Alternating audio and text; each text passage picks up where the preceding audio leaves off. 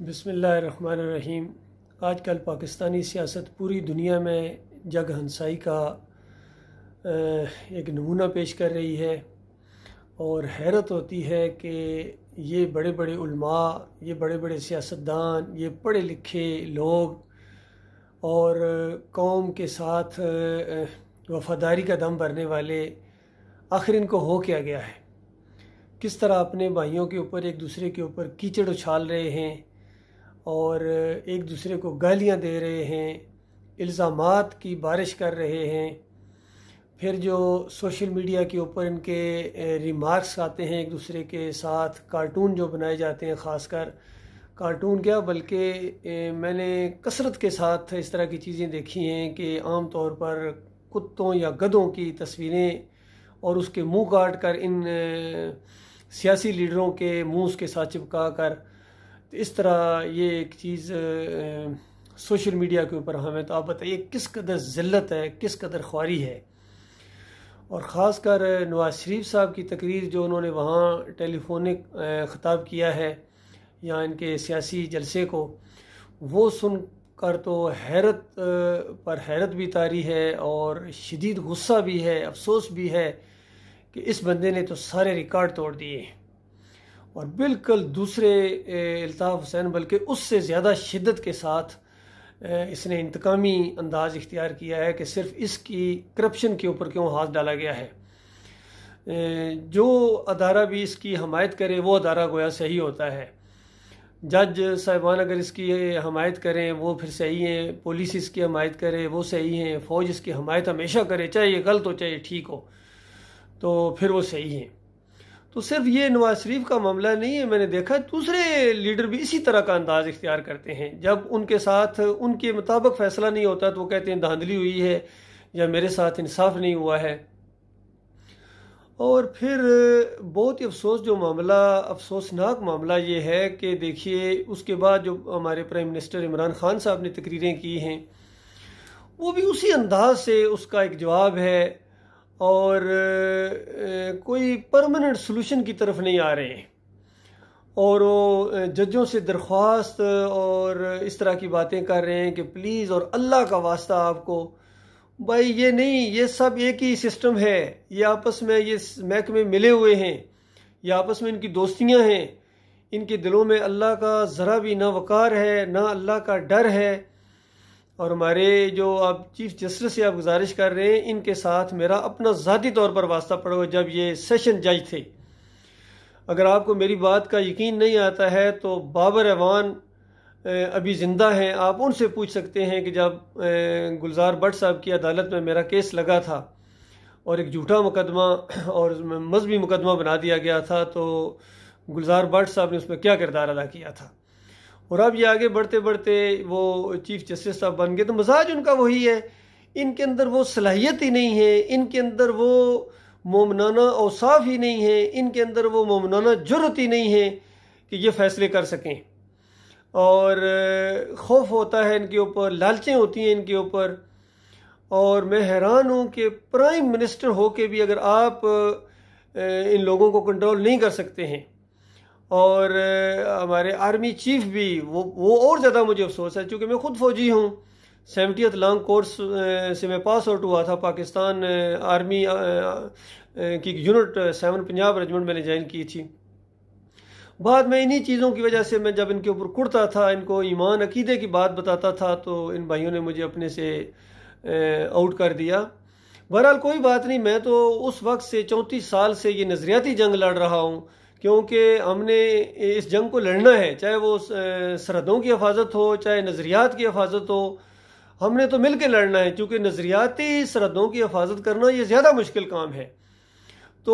میں پوری طرح سمجھتا ہوں کہ یہ معاملات کیا ہیں، اس سسٹم کے اندر رہ کے پرائم منسٹر صاحب آپ کچھ نہیں کر سکتے ہیں، کچھ نہیں کر سکتے ہیں۔ اور حیرت کی بات ہے کہ اتنی بڑی فوج اور اس کے سربراہ کے اوپر اس طرح یہ دو ٹخے کے آدمی ایسی ایسی باتیں کر رہے ہیں، نام لے کے للکار رہے ہیں، اور اس کا کوئی حل نہیں ہے۔ میں یہاں بحرین میں ہوں، کسی کی جرأت نہیں ہے کہ کسی بادشاہ کے خلاف یا کسی بڑے فوجی افسر کے خلاف کوئی بات کر سکے۔ اسی طرح اور بے شمار ممالک ہیں، کسی کی جرأت نہیں ہوتی ہے۔ لیکن حیرت ہے کہ یہ مسلمان ملک کے اندر اور پھر پاکستان کے اندر جو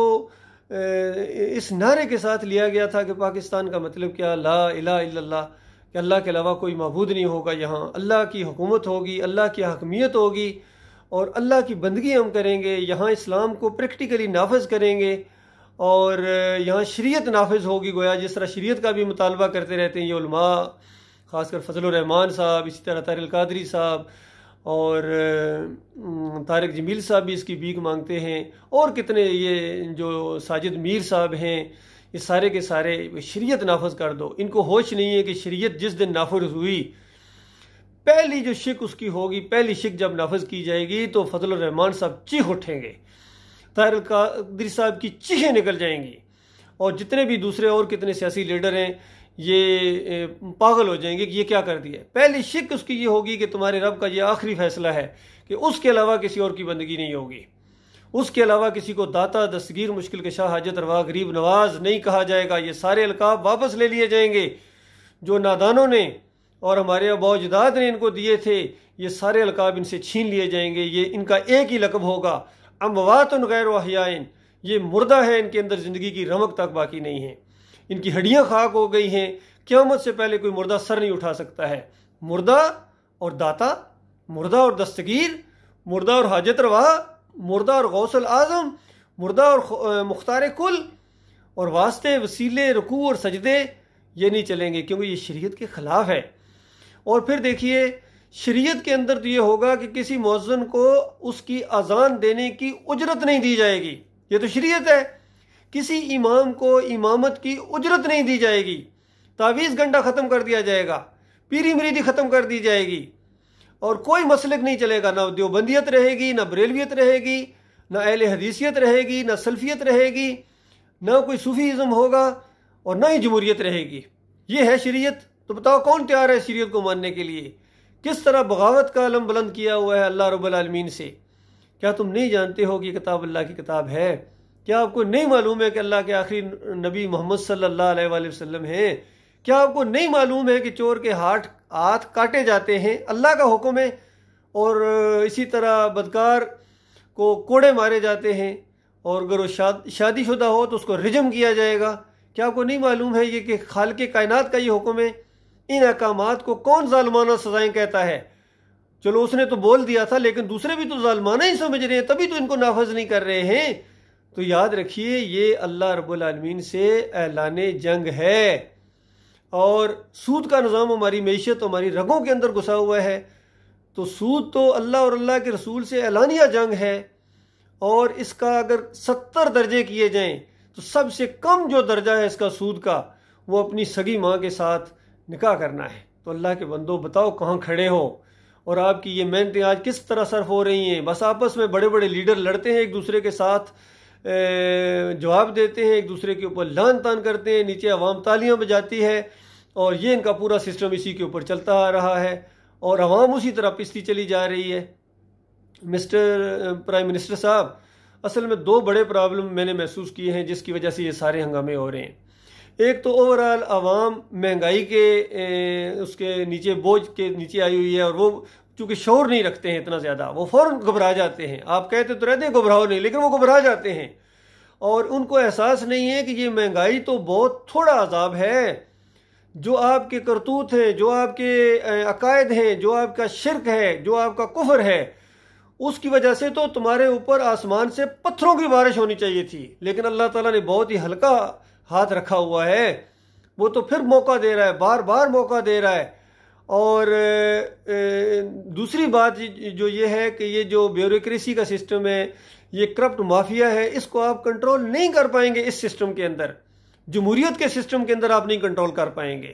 آپ ایک دفعہ ہمت کر کے دیکھیے، زندگی ایک مرتبہ ملی ہے، یہ بار بار نہیں ملے گی، یہ چند دنوں کا اقتدار ہے آپ کے پاس پرائم منسٹر صاحب اور محترم قمر باجوہ صاحب جو ہمارے چیف آف آرمی سٹاف ہیں۔ یہ بھی چند دنوں کا معاملہ ہے، اس کے بعد آپ کو تبدیل کر دیا جائے گا، آپ کا موقع ہمیشہ ہمیشہ کے لیے ختم ہو جائے گا۔ چند دنوں کے لیے ہمت کر کے ایک دفعہ سٹینڈ لے لیں، اللہ کے اوپر بھروسہ کر کے یقین کیجئے، اللہ کے اوپر بھروسہ کریں، اور اس جمہوریت کے نظام کو پاؤں کے نیچے رون دیں، اور اس کے بعد پوری طرح اعلان کر دیا جائے کہ ہم اسلام کا سسٹم جو ہے نا وہ مانتے ہیں، اسلام کے سسٹم کو ہم اپنائیں گے، چاہے وہ خلافت کی شکل میں ہو، چاہے وہ بادشاہت کی شکل میں ہو، یہ دونوں سسٹم چل سکتے ہیں۔ اور جو جمہوریت کا سسٹم ہے یہ خالص کافرانہ مشرکانہ سسٹم ہے، اس کے اندر یہی کچھ ہے جو آپ اپنی 70 سال سے میرے بھائیوں دیکھ رہے ہیں۔ اور دوسرے جو ملک ہیں، چاہے وہ انڈیا ہو یا امریکہ ہو یا دوسرے ہوں، وہ تو ہیں ہی کافر مشرک، وہ بے شک اس سسٹم کو اپنائیں، ان کے اوپر تو کوئی فرق نہیں پڑتا ہے۔ لیکن یاد رکھیے ہمارے اوپر فرق پڑتا ہے۔ اگر ہم جمہوریت کے سسٹم کو اپنائیں گے تو ایک تو یہ اللہ سے بغاوت ہے۔ یاد رکھیے جمہوریت کے سسٹم کے اندر اگر آپ نمازی ہیں، تہجد گزار ہیں، 10 نہیں 100 حج آپ نے کیے ہوئے ہیں اور خیرات کرتے ہیں، پورے خیر خواہ ہیں، یاد رکھیے مرنے کے ساتھ وہ آگ لگے گی بجائے نہ بجھے گی، کیونکہ یہ شیطانی سسٹم کو آپ تو تقویت دیتے رہے پوری زندگی۔ آپ ایمانی سسٹم کی طرف آ جائیں، ایمان خالص کی طرف آ جائیں، اور یہ سارا جماعتوں کا سسٹم ختم، نہ مذہبی کوئی جماعت رہے گی، نہ سیاسی کوئی جماعت رہے گی، صرف مسلمان کہلائیں گے ہم، بس اس کے علاوہ کوئی نہیں ہے، ہمارا کوئی نام نہیں ہے سوائے مسلم کے، یا مسلمان ہم اپنے آپ کو کہلائیں، یا مسلمانوں کی جماعت کو مسلمون کہیں یا مسلمین کہیں، جو بھی کہیں۔ اور اس کے بعد ایک اللہ ہمارا، ایک کتاب ہماری قرآن، ایک نبی آخری نبی محمد صلی اللہ علیہ وسلم، ایک قبلہ۔ تو بتائیے آخر کیوں یہ سارا افراتفری ہے؟ اسی وجہ سے کہ آپ اللہ کی طرف آنا ہی نہیں چاہتے ہیں۔ اور اس کے بعد اللہ نے آپ کو قیادت کا موقع دیا ہے، پوری دنیا کی آپ قیادت کر سکتے ہیں، یقین کیجیے ایمان خالص کے ساتھ، اور پوری دنیا کو آپ لیڈ کر سکتے ہیں، اس کے لیے آپ کی رہنمائی کی جا سکتی ہے۔ اور میں دعا گو ہوں کہ اللہ تعالیٰ آپ کو غور و فکر کرنے کی، آپ کو باصلاحیت اللہ تعالیٰ نے بنایا ہے، بہت ہی باصلاحیت لوگ ہیں آپ، یقین کیجیے، لیکن آپ کو رخ جو ہے نا وہ تھوڑا سا ٹیڑھا ہے، اس رخ کو ایک دفعہ آپ سیدھا کر لیں، اس کے بعد دیکھیں گے آپ سارے مسائل آپ کے چٹکیوں میں حل ہو جائیں گے۔ اور یہ مہنگائی کا مسئلہ، یہ تو اس کے اوپر میں نے پورا ایک ویڈیو لگایا تھا کہ آپ کے قرضے جب ختم ہو جائیں گے تو آپ کی مہنگائی بھی ظاہر بات ہے، آپ کے پیسے کی کتنا ریونیو آپ کما سکتے ہیں، اس کے اوپر یہ پورا میرا ایک ویڈیو موجود ہے، کتنا آسان طریقہ ہے۔ لیکن افسوس یہ ہے کہ اس آسان طریقے کو چھوڑ کر مشکل طریقے اختیار کیے جا رہے ہیں، کافرانہ اور مشرکانہ طریقے اختیار کیے جا رہے ہیں، جس کی وجہ سے دنیا کی ذلت بھی اور آخرت کی ذلت بھی یقینی ہوگی۔ اللہ کے بندوں، میرے بھائیوں، فوجی بھائیوں، وہ دوسرے بھائیوں، دیکھیے یہ جنگیں ہمارے سر کے اوپر منڈلا رہی ہیں، حالات دیکھیے کس طرح یہ جنگی ماحول بنا ہوا ہے، اور اس صورت میں تو آپ کو پھر غور و فکر کا مزید موقع ہی نہیں ملے گا۔ اب موقع ہے، ایمان خالص کر لو، اس طرح ایمان لاؤ جس طرح صحابہ کرام لائے تھے۔ اللہ جانتا ہے اللہ کی رحمتیں، روٹھی رحمتیں پھر واپس آ جائیں گی، اللہ دنیا میں بھی عزت دے گا اور آخرت میں بھی بادشاہی جنتیں آپ ہی کے لیے اللہ تعالیٰ نے بنائی ہوئی ہیں، لیکن اس کے لیے مومن ہونا بہت ضروری ہے، ایماندار ہونا بہت ضروری ہے۔ اللہ تعالیٰ اس کی توفیق عطا فرمائے۔